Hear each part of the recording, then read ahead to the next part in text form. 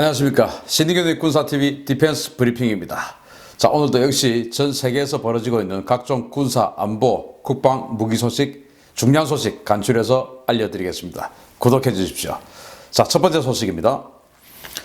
중국이 지상 공격용 미사일을 대량으로 탑재한 대형 구축함인 05급 초도함인 난창함을 한반도를 겨냥한 북해 함대에 배치했다는 소식입니다. 중국이 어제 북해 함대 사령부가 있는 칭다오 해군기지에서 13,000톤급 대형 구축함인 05 1번함 난창함의 취역식을 가졌다고 환구시보가 보도했습니다.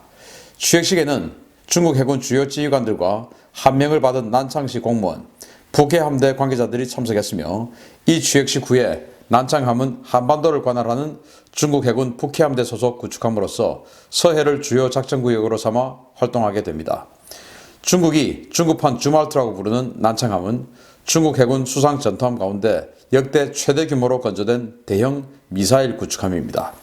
112셀의 수직 발사관과 HQ-9 함대공 미사일, 중국판 이지스 시스템을 갖춰서 미 해군의 알레이버급에 필적하는 방공 능력을 보유하며 사정거리가 2,000km가 넘는 CJ-10 함대지 순항 미사일도 20발 이상 탑재하고 있습니다. 당초 난창함은 그 상징성 때문에 분쟁 해역인 남중국해를 관할하는 남해함대에 배치될 것이라는 관측이 지배적이었으나, 예상을 뒤엎고 한반도를 관할하는 북해함대에 배치되어 그 배경에 관심이 쏠리고 있습니다. 자, 지금 이거 한번 보십시오. 이게 바로 난창함입니다. 굉장히 큰데 13,000톤입니다. 우리 세종대왕함의 기준 배수량이 7,700톤이고, 그런데 여기는 우리 세종대왕함보다 거의 한 6,000톤 가량이 더 많죠. 더 무겁죠. 그렇다는 것은 결국 우리 세종대왕함에다가 충무공 이순신 구축함 하나 더 얹은 거 하고 똑같은 덩치란 말입니다. 정말 어마어마한 구축함인데, 중국이 이제 이걸 개발했고, 여기에는 112셀의 각종 미사일이 탑재가 되는데, 이게 이 중에서 이제 20발이 함대지 순항 미사일입니다. 그래서 군함에서 지상을 공격할 수 있는 중국판 토마호크예요. 그 토마호크 순항 미사일 같은 걸 20발을 탑재를 하고요. 그리고 이제 함대공 미사일, 또 대잠 미사일 이런 것들 다양하게 탑재를 하는데, 저는 그런데 이게 당연히 남해 함대로 갈 줄 알았어요. 왜냐? 중국 랴오닝 반도의 따렌이죠. 그 따렌 조선소. 그리고 이제 상하이 밑에 있는 강남이죠. 그 장난 조선소. 이런 곳에서 각각 군함을 막 생산을 합니다. 그래서 북해 함대에서 쓰는 군함은 따렌 조선소에서 생산되는 경우가 많았어요. 그리고 이제 동해 함대, 남해 함대는 장난에서 생산을 많이 했고요. 그리고 이름도 역시 난창이기 때문에, 이 난창은 이 양쯔강 아래에 있는 도시 이름입니다. 그래서 이름도 난창이기 때문에 그 남쪽 지방에서 작전을 하겠구나 라고 생각을 했는데, 또 특히나 이 1번함이기 때문에 중국이 지금 가장 강력한 적을 상대로 하는 그런 핵심 분쟁 지역에 상징적으로 먼저 가겠구나 라고 생각했는데, 이게 중국은 우리 서해를 가장 핵심적인 바다로 생각을 했는지 서해에다가 이걸 보냈어요. 그래서 중국 이제 칭다오, 청도에 중국의 3대 함대 중에서 북해 함대의 사령부가 있고, 그 북해 함대 사령부 칭다오에서 이렇게 취역식을 했습니다. 이렇게 취역식을 하고, 그리고 이제 이 서해를 주무대로 활동을 하게 될 텐데, 그러면은 물론 우리가 이 함대지 순항 미사일 아니더라도 지금 600여 개의 탄도미사일이 저기 두만강, 압록강, 그리고 이 산둥반도, 그리고 상하이까지 해서 우리 한반도를 사정거리에 두는 단거리, 중거리 탄도미사일만 해도 600여 개가 배치가 되어 있기 때문에, 그거에 이거 20발 더 들어왔다고 해서 아이고 큰 차이가 있냐라고 할 수 있지만, 어쨌든 이게 이제 시작이다. 이게 끝이 아니고 시작이다 라고 할 경우에 이거 굉장히 좀 섬뜩한 일이죠. 그리고 무엇보다도 중국이 이 서해 바다를 가장 핵심적인 바다로 생각하고 여기에다가 1번함인 난창을 투입했다. 물론 이 서해 바다가 자기네들의 수도방위, 즉 베이징을 방어하는 핵심 바다이기 때문에 그럴 수는 있지만, 어쨌든 지금 남중국해에서 굉장히 일촉즉발의 그런 무력 충돌 상황이 계속 벌어지고 있는데, 의외로 우리 서해에 왔다. 이거 시사하는 바가 크고요. 따라서 우리가 해군력 증강에 한시도 게을리해서는 안 되겠다. 그리고 주변국의 해군력이 어떻게 증강하고 있는 것을 우리는 절대로 시선을 놓쳐서는 안 되겠다.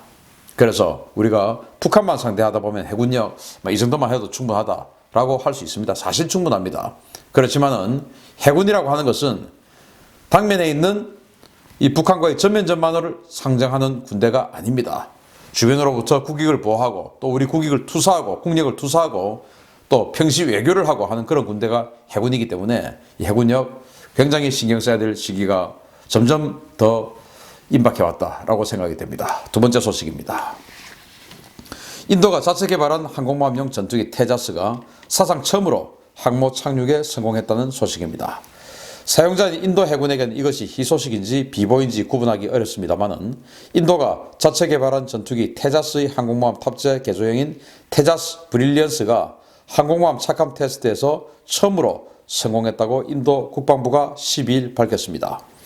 1월 11일 벵골만 해상의 비크람 아디티아 함상에서 실시된 이번 착함 실험에서 테자스 브릴리언스는 강제 착함 장치 어레스팅 와이어를 이용해서 비행갑판에 성공적으로 착함했으며 모든 실험 데이터가 성공적으로 구현됐다고 인도 국방부는 밝혔습니다. 이와 관련해 인도 해군은 대변인 성명을 통해서 인도가 항공모함용 탑재용 전투기의 기반 기술을 완성했으며 향후 쌍발 엔진형 함재기 개발의 기반을 마련했다고 자평했습니다. 테자스 브릴리언스는 지난 1983년부터 개발이 착수되어서 무려 18년 만인 2001년에 시제기 첫 비행에 성공해 논란을 빚은 테자스의 항모 탑재 개량형입니다. 육상형 기체 자체도 문제가 많은데 테자스 브릴리언스와 육상형의 차이는 고작 15% 정도로 실제 성능은 육상형보다 못하다는 것이 인도 해군의 평가입니다. 인도 정부는 메이크 인 인디아 정책에 따라서 오는 2023년부터 테자스 브릴리언스를 항모 전투기로 대량 배치하겠다는 계획이지만 인도 해군이 이를 반대하고 있어서 향후 이 전투기가 어떤 운명에 처할지는 좀 더 지켜봐야 할 것 같습니다. 야, 테자스 이거 보십시오. 자, 이게 2인승인데 뒤에다가 그냥 썬팅을 했는지 색깔을 칠했는지 이렇게 그냥 회색으로 변해버렸어요. 이렇게 해서 2인승이었던 기체를 1인승으로 그냥 이렇게 아주 간단하게 막 메우고, 이런 거는 우리 FA-50도 배울 점이 있는 것 같습니다. 우리 FA-50 그 뒷좌석 쓰지도 않으면서 그렇게 다닐 필요가 있겠습니까? 이런 식으로 썬팅 해가지고 그냥 갖다 붙여버리고 그 뒷좌석에 있는 기계 다 떼어내고 거기다가 기름, 연료 더 집어넣으면 훨씬 더 오랫동안 작전할 수 있는 전투기가 될 텐데요. 이거 좀 배울 것 같습니다. 그런데 문제는 이 테자스 전투기가 아주 오랫동안 개발이 되어서 결국은 이건 도저히 못 쓰겠다라고 판정난 전투기인데, 그 테자스 전투기의 엔진이 뭐냐면은 바로 F404 엔진, 우리 T50, FA50하고 똑같은 엔진이에요. 그 T50, FA50하고 똑같은 엔진에다가 이런, 야, 이거 한번 보십시오. 랜딩 기어, 항모에 꽝 하고 착함해야 되니까 이 랜딩 기어가 얼마나 튼튼해야 되겠습니까? 그러니까 훨씬 더 굵은 랜딩 기어, 이런 걸 하다 보니까 당연히 무게가 더 무거워지겠죠.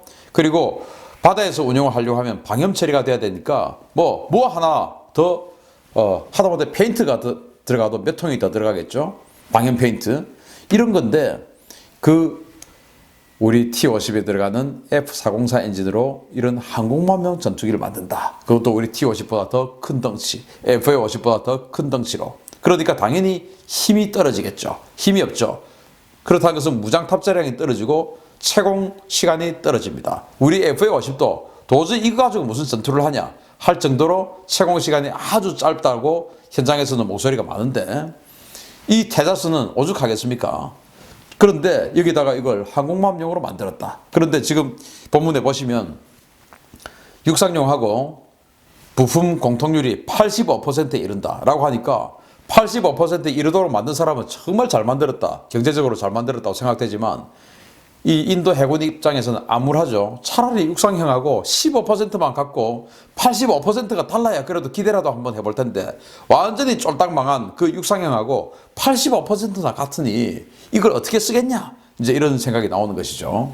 그리고 이름은 브릴리언스예요. 브릴리언스, 테자스 브릴리언스. 이게 뭐 훌륭하다, 뭐 뛰어나다 이런 말 아니겠습니까? 과거에 이제 몇 년 전에 우리 현대자동차에서 나오는 소나타, 그 소나타 승용차에서 소나타 브릴리언트 이런 제가 선전을 CF를 하는 걸 봤는데 그 소나타는 뭐 브릴리언트 훌륭한 승용차 맞습니다. 그런데 과연 테자스가 뛰어난 도대체 뭐가 뛰어난지 모르겠어요. 아무튼 이런 뛰어나게 허접한 이런 전투기를 만들어서 항공모함에 사용하라고 하니까 인도 해군이 정말 눈물을 흘릴 것 같습니다. 그런데 이 인도 해군, 인도 육군들이 소신이 있는 게 정부에서 총리가 해! 메이크 인 인디아야 해! 이렇게 해도 인도 해군, 인도 육군, 인도 공군들은 버팁니다. 그거를. 우리는 못 쓴다. 어떻게 이걸 쓰냐? 아준 전차 우리는 못 쓴다. 그래서 T-94조 해서 T-94주고요. 우리는 테자스 못 쓴다. 이거는 일선에서 쓸 수가 없다. 이건 뒤로 빼라 해가지고 또 뭐 F-16 이런 거 지금 라팔 이런 거 사주고요. 이렇게 합니다. 그런 거는 군인들이 아주 소신이 있어 보여서 우리보다는 보기가 좋습니다. 아무튼 이 중국을 효과적으로 잘 견제를 하려고 하면은 항공모함 잘 운영을 해야 되는데 여기에 테자스를 자꾸 얹겠다 그러면 이 참 골치 아프겠죠. 그래서 그냥 제가 인도의 모디 총리께 부탁을 드립니다. 뭐 중국을 견제하는 거 우리에게도 국익에 뭐 괜찮으니까 부디 테자스 이거 그냥 쓰지 마시고 미그 29K 그거 그대로 그냥 수입해서 쓰시는 것을 권해드립니다. 세 번째 소식입니다. INF 탈퇴 이후에 러시아를 거침없이 압박하고 있는 미국이 신형 지대지 미사일을 운용할 수 있는 MLRS 부대를 유럽에 재배치했다는 소식입니다. 미 육군이 기존의 ATACMS 전술 지대지 미사일을 대체하는 신형 정밀 타격 미사일을 운용할 수 있는 신형 MLRS 부대를 유럽 육군 예하에 재창설했으며 이 부대가 신형 미사일 운용을 위한 준비에 들어갔다고 미 육군이 보도자료를 통해 현지 시각 10일 보도했습니다. 미 육군은 주독 육군 주요 기지 중의 하나인 독일 그라펜보에르 기지에 배치된 제41 야전포병여단 제6포병대 1대대에 신형 장비 훈련과 새로운 소프트웨어 배치를 시작했다면서 이 부대는 미 유럽 육군의 유일한 로켓 포병여단이라고 소개했습니다. 냉전 해체 이후에 전량 미 본토로 철수했던 유럽 육군 소속의 로켓 포병여단인 제41 야전 포병여단은 지난 2018년 예하 1개 대대를 재활성화하면서 가동 준비에 들어갔고 지난해 9월 19일부로 1개 대대의 완편을 마쳤습니다. 미 육군은 완편이 끝난 1-6대대 즉 6포병대 1대대에 이어서 두 번째 대대인 77포병대 1대대도 올 가을까지 완편할 예정인데요. 이들은 모두 신형 지대지 미사일인 PRSM 운용을 위한 부대로 유럽 육군 장거리 타격 능력의 핵심 전력이 될 예정입니다. 현재 미 육군은 ATACMS의 후계로 과거 딥스트라이크 미사일로 명명이 되었던 PRSM 미사일 개발 막바지에 와 있으며 이 미사일은 700에서 900km급의 사정거리를 가지는 초정밀 미사일로 폴란드 국경에 배치될 경우에 모스크바 인근을 타격할 수 있는 능력을 보유해서 러시아가 대단히 경계하는 신형 무기입니다. 자, 미국이 작년에 이제 러시아와 중거리 핵전력 조약을 폐기를 해버렸죠. 이 중거리 핵전력 조약은 사정거리 500에서 5,500km까지의 중거리 지대지 미사일을 러시아와 미국이 과거에는 소련이 상호 배치하지 않는다, 사용하지 않는다라는 조약이었어요. 이것은 미국이 전적으로 유럽을 보호하기 위해서 과거 소련과 맺었던 조약입니다. 왜냐? 소련에서 지금의 러시아에서 미국까지는 5,500km 넘죠. 그런데 유럽의 나토 국가들을 보호하기 위해서는 이 ICBM, 그래 ICBM은 우리 미국이 감당할게. 그렇지만은 우리 이 나토는 봐줘라. 우리 1대1로 싸우자. 이제 이런 차원이었죠. 그래서 미국도 이 중거리 지대지 미사일 배치 안 할 테니까 니들도 하지 마라. 이제 이렇게 해서 그 고르바초프 과거 소련 공산당 서기장과 로널드 레이건 대통령이 합의를 했었는데 트럼프 대통령이 이걸 깨버렸습니다. 왜냐? 이제 러시아가 지금 불법적으로 이스칸데르 미사일을 배치를 하고 이게 지금 사정거리가 500km 넘는다라고 이제 미국은 강조를 하는 것이고 뭐 이렇게 해가지고 이제 깨버렸어요. 깨버렸는데 이게 정치적인 문제도 많이 있습니다. 왜냐? 앙겔라 메르켈 총리, 독일 총리와 프랑스 대통령이 연합을 해가지고 아니 뭐 미국 빼고 우리 나토 빼고 이제 우리도 지금 뭐 이 정도 되니까 유럽 군을 만드는 게 어떻겠냐. 우리 미국 통제받지 말자. 이제 이렇게 하니까 트럼프 대통령이 그래? 그러면 알아서 나 INF 뺀다. 해가지고 뺐더니 이제 러시아가 대규모로 지금 본격적으로 배치를 하고 있는데 그 전부 다 500에서 5,500km 어딥니까? 영국, 프랑스, 독일 여기가 사정권에 들어간 유럽을 타격권에 들어간 것이죠. 미국과 아무 관계 없죠. 그러면서 지금 미국은 이렇게 독일, 폴란드에다가 지대지 미사일을 배치를 합니다. 이제 폴란드에다가 이 신형 MLRS를 배치를 하게 되면 모스크바를 바로 타격할 수 있는, 미국 본토에서 ICBM을 안 쏴도 되고, 그리고 폭격기가 들어가서 안 해도 되고, 그냥 폴란드에 있는 이 미사일 가지고 바로 모스크바를 타격할 수 있는 재래식 미사일이든 여기다가 핵을 장착하든. 그래서 지금 우리나라에도 주한미군에 이 MLRS 부대가 있고 우리 한국 육군에도 이 MLRS 부대가 있습니다.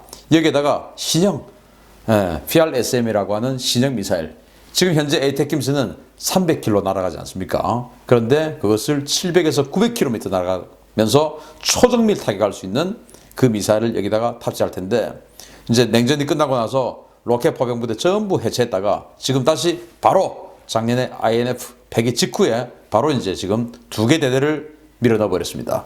자, 그래서 참 러시아가 모스크바가 뜨끈뜨끈하겠다라는 말씀을 드리면서, 아무튼 이 미국의 군사 전략이 굉장히 공세적으로 나가고 있다라는 말씀을 드리겠습니다.